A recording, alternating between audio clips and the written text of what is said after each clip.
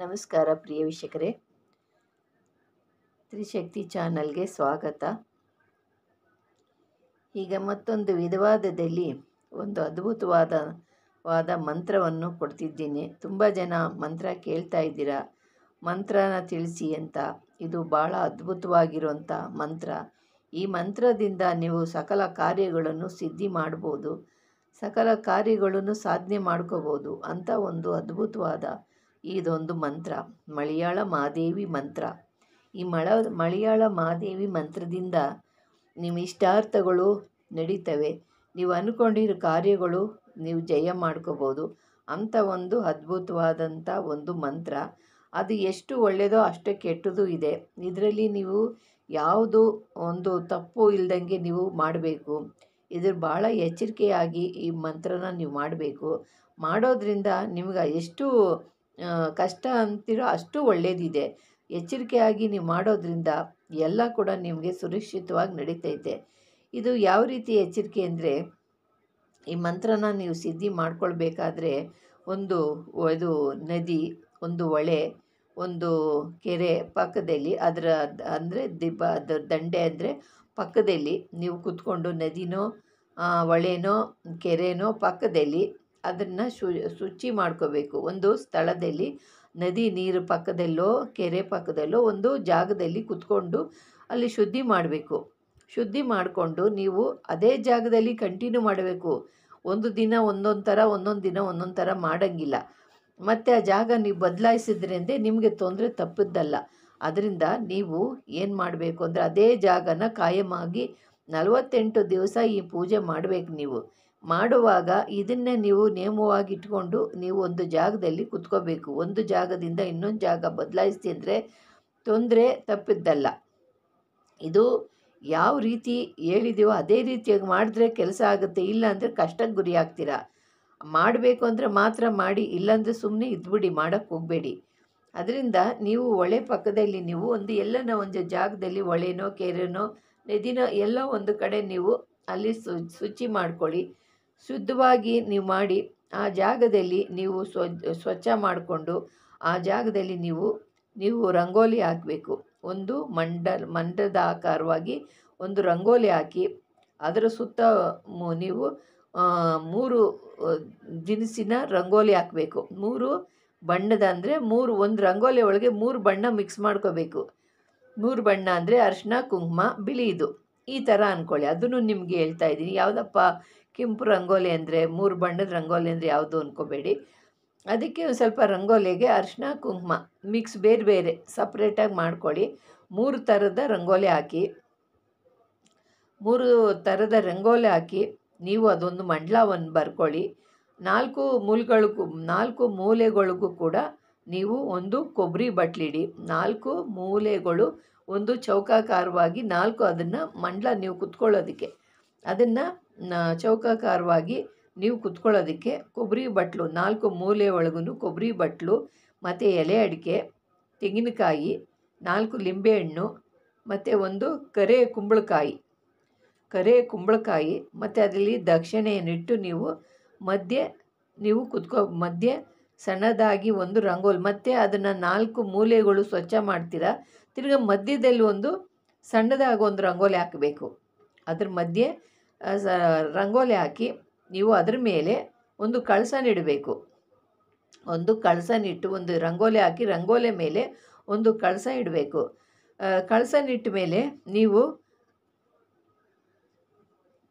ನೀವು ಚೊಂಬನ್ನು ನೀವು ಕಳಸನ ರಂಗೋಲಿ ಮೇಲಿಟ್ಟು ಅದನ್ನು ಒಂದು ಕಳಸನ ಇಟ್ಟ ನಂತರ ನೀವು ಒಂದು ಫೋಟೋ ಇಡಬೇಕು. ನಿಮ್ಮದು ಯಾವುದೋ ಒಂದು ನಿಮ್ಮ ಇಷ್ಟ ದೇವ್ರನ್ನ ನೀವು ಫೋಟೋನ ಇಡಬೇಕು. ಆ ಫೋಟೋ ಮುಂದುಗಡೆ ಕಳಸ ಇಡಬೇಕು. ಫೋಟೋ ಮುಂದುಗಡೆ ಕಳಸನಿಟ್ಟು ನೀವು ಸಂಕಲ್ಪ ಮಾಡಿಕೊಂಡು ಯಾವ ಕಾರ್ಯಕ್ಕಾಗಿ ಮಾಡ್ತೀರಾ, ಈ ಮಂತ್ರಗಳು ನಮಗೆ ಸಿದ್ಧಿ ಆಗಬೇಕು ಅಂತೇಳ್ಬಿಟ್ಟು ಆ ಫೋಟೋಗೆ ಅರಿಶಿನ ಕುಂಕುಮ ಎಲ್ಲ ಇಟ್ಟು, ಆಮೇಲೆ ಕಳಸನಿಟ್ಟು ಕಳಸಕ್ಕೆ ಅಲಂಕಾರ ಮಾಡಿ ಹೂವು ಎಲ್ಲ ಇಟ್ಟು ಅಕ್ಷತೆ ಎಲ್ಲ ಹಾಕಿ ಅದಕ್ಕೆ ಸುಗಂಧವಾದ ಬತ್ತಿನ ಅಂಟಿಸಿ ಮಂತ್ರನ ಜಪಿಸಬೇಕು. ನೀವು ಸಾಧನೆ ಮಾಡಬೇಕು. ಮತ್ತು ನೀವು ಶುಚಿಯಾಗಿರಬೇಕು. ಯಾವ ಕಾರಣಕ್ಕೂ ಶುಚಿ ತಪ್ಪಬಾರದು. 48 ದಿವಸನೂ ಕೂಡ ನೀವು ಶುಚಿಯಾಗಿರಬೇಕು, ದಾಂಪತ್ಯ ಜೀವನ ದೂರ ಆಗಿರಬೇಕು. ನೀವು ನಿಮ್ಮ ಹಾಸಿಗೆ ಮೇಲೆ ಒಬ್ಬರು ಬೇರೆ ಯಾರು ಮಕ್ಕಳು ಹೆಂಡತಿ ಯಾರೂ ಮಲಗಬಾರ್ದು. ನಿಮ್ಮ ಮಲಗೋ ಜಾಗದಲ್ಲಿ ಒಬ್ಬರು ಬರ್ಕೂಡ್ದು. ನಿಮ್ಮನ್ನು ನೀವು ಆ ರೀತಿಯಾಗಿರಬೇಕು. ನೀವು ಒಬ್ಬರೇ ಏಕಾಂಗಿಯಾಗಿರಬೇಕು. ಇದನ್ನು ಭಾಳ ನೀವು ಎಚ್ಚರಿಕೆಯಿಂದ ಮಾಡಬೇಕು. ನೀವು ಒಂದೇ ಜಾಗದಲ್ಲಿ ಇರಬೇಕು ಮತ್ತು ಜಾಗ ಬಿಟ್ಟು ಬದಲಾಯಿಸಬಾರ್ದು. ಆ ರೀತಿಯಾಗಿ ಮಾಡಬೇಕು. ಇದು ನೀವು ಅದೇ ರೀತಿಯಾಗಿ ಮಾಡೋದನ್ನು ನೀವು ಏನನ್ನ ಆ ರೀತಿಯಾಗಿ ಮಾಡಿದ್ರೆ ನಿಮಗೆ ಪ್ರಾಣಕ್ಕೆ ಆಪತ್ತು ಅಂತಿದೆ. ಅದರಿಂದ ನೀವು ಎಚ್ಚರಿಕೆಯಾಗಿ ಇದನ್ನು ಮಾಡಬೇಕು. ಎಲ್ಲ ರೀತಿಯಲ್ಲೂ ಒಂದೊಂದು ಥರ ಇದೆ, ಇದು ಮಾತ್ರ ಭಾಳ ಎಚ್ಚರಿಕೆ ಕೊಟ್ಟಿದ್ದಾರೆ. ನೀವು ಆ ರೀತಿಯಾಗಿ ಇದಕ್ಕೆ ಅಪಾಯನ ತಂದುಕೋಬೇಡಿ. ಮತ್ತು ಇದನ್ನು ನೀವು ಎಷ್ಟು ಮಾಡ್ತೀರೋ ಅಷ್ಟು ನಿಮ್ಗೆ ಒಳ್ಳೆಯದಿದೆ, ಕೆಟ್ಟದ್ದು ಇದೆ. ಅಷ್ಟು ಒಳ್ಳೆಯದಂದರೆ ಅಷ್ಟು ಒಳ್ಳೆಯದಾಗುತ್ತೆ. ಇದೇನನ್ನ ನೀವು ನಿಯಮಬದ್ಧವಾಗಿ ಮಾಡಿದ್ರಿ ಅಂದರೆ ನಿಮ್ಗೆ ಅಷ್ಟೇ ಒಳ್ಳೆಯದಾಗುತ್ತೆ. ನಿಮಗೆ ಆ ತಾಯಿ ಬಂದು ನಿಮ್ಮ ನಾಲಿಗೆ ಮೇಲೆ ಕೂತ್ಕೊಂಡು ನೀವು ಹೇಳಿದ್ದೆಲ್ಲ ನುಡಿ ಅದು ಸತ್ಯವಾಗ್ತಾ ಇರುತ್ತೆ. ನಿಮ್ಮ ಹಿಂದೆಯೇ ನಿಂತಿರ್ತಾಳೆ. ನೀವೇನೇ ಮಾಡಿದ್ರೂ ಅದು ನೀವು ಹೇಳಿದ್ದೇ ನಿಜ ಆಗೋಗುತ್ತೆ. ಆ ನಾಲಿಗೆ ಮೇಲೆ ಅವಳು ನಿನ್ನ ಆವರಿಸ್ಕೊಬಿಟ್ಟಿರ್ತಾಳೆ. ಮತ್ತು ಇದನ್ನು ನೀವು ಮಾಡಬೇಕಾಗಿರೋ ರೀತಿಯಲ್ಲಿ ನೀವು ನಿಯಮಗಳು ತಿಳ್ಕೊಂಡಿದ್ದೀರ. ಆಮೇಲೆ ಇದನ್ನು ಮಾಡುವಾಗ ಸ್ವಲ್ಪ ತೊಂದರೆಗಳು ಬರುತ್ತೆ, ಕಷ್ಟ ನಷ್ಟಗಳು ಆಗ್ತವೆ. ಯಾಕೆಂದರೆ ಇದೆಲ್ಲ ಆ ತಾಯಿ ಒಂದು ನಿಮ್ಮನ್ನು ಪರೀಕ್ಷೆ. ನೀವು ಅದನ್ನು ಏನು ಬಂದರೂ ಕೂಡ ನೀವು ಎದೆಗುಂದಬಾರ್ದು, ನೀವು ಭಯ ಪಡಬಾರ್ದು, ಅರ್ಧಂಬರ್ಧ ಮಾಡಿ ನೀವು ಬಿಡಬಾರ್ದು. ಮತ್ತು ನಿಮ್ಮ ಮನೆಗೆ ಕುಟುಂಬಕ್ಕೆ ತೊಂದರೆ ಆಗಿಬಿಡುತ್ತೆ. ಅದನ್ನು ನೀವು ಯೋಚನೆ ಮಾಡ್ಕೊಂಡು ಮಾಡಿ. ಮತ್ತು ಅರ್ಧಂಬರ್ಧ ಮಾಡೋದು ತೊಂದರೆ ಬಂದುಬಿಡ್ತು ಅಂತ ಬಿಟ್ಟುಬಿಟ್ರಿ ಅಂದರೆ ಅದು ನಿಮ್ಮ ಕುಟುಂಬನೇ ಭಾಳ ಕಷ್ಟಕ್ಕೆ ಗುರಿಯಾಗ್ಬಿಡುತ್ತೆ. ಅದರಿಂದ ನೀವು ಮಾಡಬೇಕಾದ್ರೆ ಇದನ್ನೆಲ್ಲ ನಿರ್ಧಾರ ಮಾಡಿಕೊಂಡು ಮಾಡಿ. ಆಮೇಲೆ ಇದನ್ನು ಮಾಡೋದೇ ನಿಜವಾಗಿ ನೀವು ಎಲ್ಲ ಸಿದ್ಧಿಯಾಗಿ ನಿಂತ್ಕೊಂಡು ಮಾಡೋದ್ರಿಂದ, ನೀವು ಕಟ್ಟುನಿಟ್ಟಾಗಿ ಜಪ ಮಾಡೋದ್ರಿಂದ ನಿಜವಾಗಿ ಆ ದೇವಿ ನಿಮಗೆ ಮಗುವಿನಂತೆ ನಿಮ್ಮನ್ನು ಜೋಪಾನ ಮಾಡುತ್ತಾಳೆ. ಅವಳ ಮಗುವಿನಂತೆ ಜೋಪಾನ ಮಾಡ್ತಾಳೆ. ದೇವಿ ಯಾವತ್ತೂ ನಿಮ್ಮ ಬೆನ್ನ ಹಿಂದೆನೇ ಇರ್ತಾಳೆ. ನೀವು ಹೇಳಿದ್ದನ್ನೆಲ್ಲ ಆ ತಾಯಿ ಕೇಳ್ತಾಳೆ. ನೀವು ಒಂದು ಸತಿ ಆ ತಾಯಿನ ನೀವು ಏನು ಮಾಡ್ತಾಳೋ ಮಾಡಿಬಿಡ್ಲಿ, ಆ ತಾಯಿ ಮಕ್ಕಳನ್ನ ಅವಳು ಏನು ಮಾಡ್ತಾಳೆ ಮಾಡಲಿ ಅಂತ ನೀವು ನಿಂತ್ಕೊಂಡು ಮಾಡಿದ್ರಿ ಅಂದರೆ ಆವಾಗ ನೀವು ಹೇಳಿದ್ದನ್ನೆಲ್ಲ ಆ ತಾಯಿ ಕೇಳ್ತಾಳೆ. ಮತ್ತು ನೀವು ಎಷ್ಟೇ ಸಾಧನೆ ಆದ ನಂತರ ತಾಯಿಗೆ ನಿಮ್ಮನ್ನು ತಾಯಿಯಾಗಿ ಬಂದು ನಿಮ್ಮನ್ನು ಕಾಪಾಡ್ತಾಳೆ. ನಿಮಗೆ ಅವಳು ತಾಯಿಯಾಗಿ ಬಂದು ಕಾಪಾಡ್ತಾಳೆ. ಮಕ್ಕಳಿಗೆ ಕಷ್ಟ ಕೊಡ್ತಾಳ ತಾಯಿ? ಕೊಡೋದಿಲ್ಲ. ತಾಯಿಯಾಗಿ ಬಂದು ಕಾಪಾಡ್ತಾಳೆ. ಒಂದು ವೇಳೆ ನೀವು ಮಂತ್ರದಲ್ಲಿ ಏನಾದ್ರೂ ಅಶುಚಿಯಾಗಿ ಮಾಡೋದ್ರಿಂದ, ತಪ್ಪು ಮಾಡೋದ್ರಿಂದ ತಾಯಿಯಿಂದ ನಿಮಗೆ ಕಾಪಾಡುವುದಕ್ಕಾಗೋದಿಲ್ಲ. ಅದರಿಂದ ನೀವು ಎಚ್ಚೆತ್ತುಕೊಂಡು ಈ ಮಂತ್ರನ ಸಾಧನೆ ಮಾಡ್ಕೊಳ್ಳಿ. ಮತ್ತು ಈ ತಾಯಿಯಿಂದ, ಆ ತಾಯಿನೇ ಅವಳೇ ನಿಮ್ಮನ್ನು ನಾನಾ ರೀತಿ ವಿಧದಲ್ಲಿ ತೊಂದರೆನೂ ಕೊಡ್ತಾಳೆ, ನಿಮಗೆ ಒಳ್ಳೆಯದು ಮಾಡ್ತಾಳೆ. ಅವಳಿಗೆ ಸರಿ ಹೋಯಿತು ಅಂದರೆ ನಿಮ್ಗೆ ಒಳ್ಳೇದು ಮಾಡ್ತಾಳೆ. ಅವಳಿಗೆ ಏನಾದ್ರು ತಪ್ಪಾಯಿತು ಅಂದರೆ ತೊಂದರೆಗಳು ಕೊಡೋಕ್ಕೆ ಶುರುವಾಗ್ತಾಳೆ. ನೀವು ದಿನಪ್ರತಿ ಪೂಜೆ ನಂತರದಲ್ಲಿ ದೇವಿ ದೇವಸ್ಥಾನಕ್ಕೆ ಹೋಗ್ಬಿಟ್ಟು ಬರಬೇಕು. ಒಂದು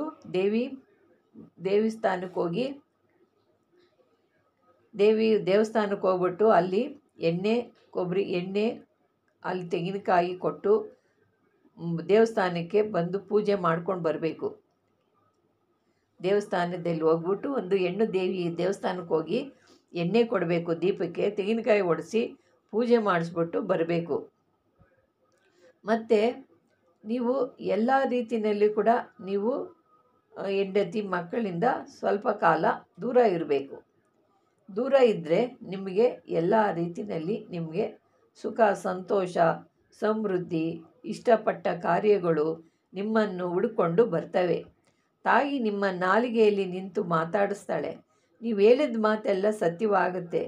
ನಿಮ್ಮ ಹಿಂದೆಯೇ ಆ ತಾಯಿ ಇರ್ತಾಳೆ. ನೀವೇನು ಹೇಳ್ತೀರೋ ಆ ತಾಯಿ ಕೆಲಸ ಮಾಡ್ತಾಳೆ. ನಿಮ್ಮ ನೀವು ಆ ರೀತಿಯಾದಂಥ ತಾಯಿ ಆಗ್ತಾಳೆ.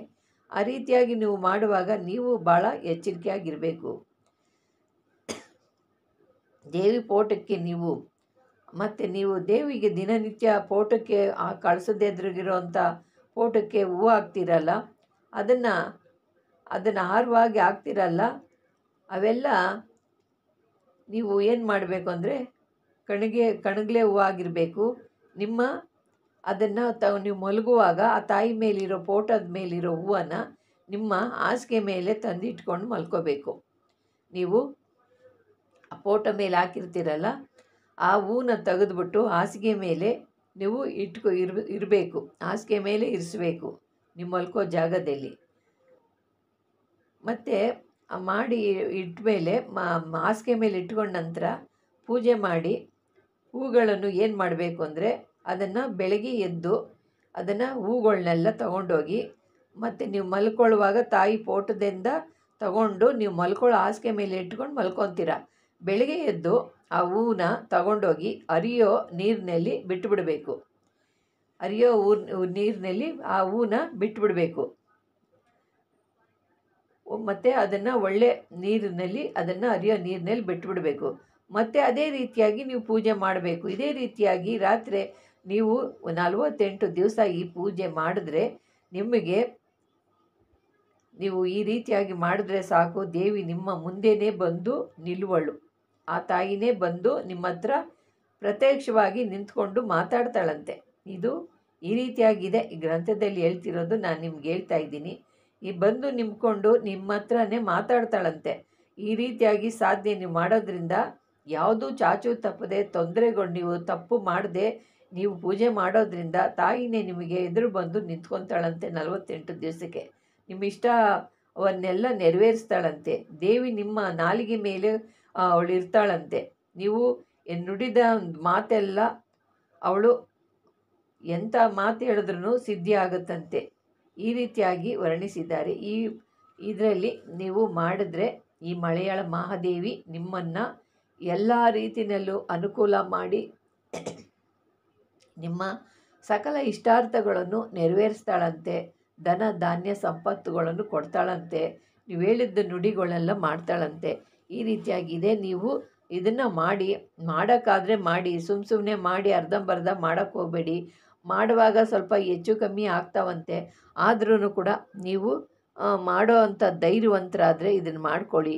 ಇಲ್ಲಾಂದರೆ ಮಾಡೋಕ್ಕೆ ಹೋಗಬೇಡಿ. ಅರ್ಧಂಬರ್ಧ ಮಾಡಿ ತೊಂದರೆಗಳು ಗುರಿ ಆಗೋದು ಬೇಡ. ಅದರಿಂದ ನಾನು ಈ ರೀತಿ ಮಾಡ್ಕೊಳ್ಳೋದ್ರಿಂದ ಕಷ್ಟಪಟ್ಟರೆ ಅದನ್ನು ಸುಖ ಪಡೋದು ನಾವು. ಆದರೆ ಏನೂ ತೊಂದರೆ ಇಲ್ಲದೆ ನಾವು ಸರಿಯಾದ ರೀತಿಯಲ್ಲಿ ಮಾಡೋದು ಏನೂ ತಪ್ಪಾಗಲ್ಲ. ಏನೋ ಒಂದು ರೀತಿ ಅನಾಹುತ ಆಗೋಯ್ತು, ನಾವು ಪೂಜೆ ಮಾಡ್ತಾ ಇರ್ತೀವಿ, ಯಾವುದೋ ಒಂದು ಕೆಟ್ಟದ್ದು ಅನಾಹುತ ಆಗೋಗುತ್ತೆ, ಆವಾಗ ಅದು ಬಿಡಬೇಕಾಗತ್ತೆ. ಹಂಗೆಲ್ಲ ಇರುವಾಗ ನೋಡ್ಕೊಂಡು ಮಾಡಬೇಕು. ನೀವು ಮಾಡಿಕೊಂಡು ಎಚ್ಚರಿಕೆ ವಹಿಸ್ಕೊಂಡು ಮಾಡಿ. ಇದರಿಂದ ನಿಮಗೆ ಭಾಳ ಅನುಕೂಲ ಆಗುತ್ತೆ. ದೇವಿನ ನಾವು ಪಡಿಬೇಕು ಅಂದಾಗ ಕಷ್ಟ ತುಂಬ ಬರುತ್ತೆ. ಆಗಿನ ಕಾಲದಲ್ಲಿ ಋಷಿ ಮುನಿಗಳು ಎಂತೆಂಥ ಕಷ್ಟ ಬರ್ತಿತ್ತು. ಆ ಋಷಿ ಮುನಿಗಳ ಮಂತ್ರಗಳನ್ನ ಭಂಗ ಮಾಡೋದಕ್ಕೆ ಅವರು ಸಾವಿರಾರು ವರ್ಷಗಟ್ಟಲೆ ಅವರು ಮಂತ್ರಗಳು ಜಪ ಮಾಡ್ತಿದ್ರು. ನಾವು 48 ದಿವಸ ಮಾಡೋಕ್ಕೆ ನಮಗೆ ಕಷ್ಟ ಆಗಲ್ಲ. ಅದರಿಂದ ಅವರಂಗೆ ನಾವು ಇರೋಕ್ಕಾಗೋದಿಲ್ಲ. ಅದರಿಂದ ನಿಮ್ಗೆ ಹೇಳ್ತಿದ್ದೀನಿ, ಅವ್ರು ಮಾಡುವಾಗ ಎಷ್ಟು ಬಿರುಗಾಳಿ ಮಳೆ ಚಳಿ ಏನೇನು ಅವ್ರಿಗೆ ಎದುರಾಗುತ್ತೆ ಅದನ್ನೆಲ್ಲ ಎದುರಿಸಿ ಕೂತ್ಕೊಂಡಾಗೆ ಅವರು ದೇವಮಾನವರಾಗ್ತಾರೆ. ಅದರಂತೆ ನಮಗೂ ಕೂಡ ಇದನ್ನೆಲ್ಲ ಗೆಲ್ಲಬೇಕು ಅಂದರೆ ನಾವು ಅಷ್ಟಾಗೋಕ್ಕಿಲ್ಲ, ಸ್ವಲ್ಪ ಆದ್ರೂ ನಾವು ಆಗ್ಬೋದು. ಅದರಿಂದ ನಿಮಗೆ ಈ ಮಂತ್ರ ಹೇಳ್ತಿದ್ದೀನಿ. ಇದು ತುಂಬ ಒಳ್ಳೆ ಮಂತ್ರ, ಮಲಯಾಳ ಮಹಾದೇವಿ ಮಂತ್ರ, ಪವರ್ಫುಲ್ ಮಂತ್ರ. ಇದು ಕೇರಳ ಮಂತ್ರ. ಇದನ್ನು ಮಾಡಬೇಕು ಅನ್ನೋರು ಮಾಡಿ. ಇದರಿಂದ ಮಾಡ್ಕೋಬೇಕು ಅಂದರೆ ಮಾಡ್ಕೊಳ್ಳಿ. ಇದರಿಂದ ಭಾಳ ಅದ್ಭುತವಾದಂಥ ಕಾರ್ಯಗಳು ನಡೀತವೆ. ಪ್ರಿಯ ವೀಕ್ಷಕರೇ, ನಿಮ್ಗೆ ಇಷ್ಟವಾದರೆ ಲೈಕ್ ಮಾಡಿ, ಶೇರ್ ಮಾಡಿ, ಸಬ್ಸ್ಕ್ರೈಬ್ ಮಾಡಿ. ನಮಸ್ಕಾರ.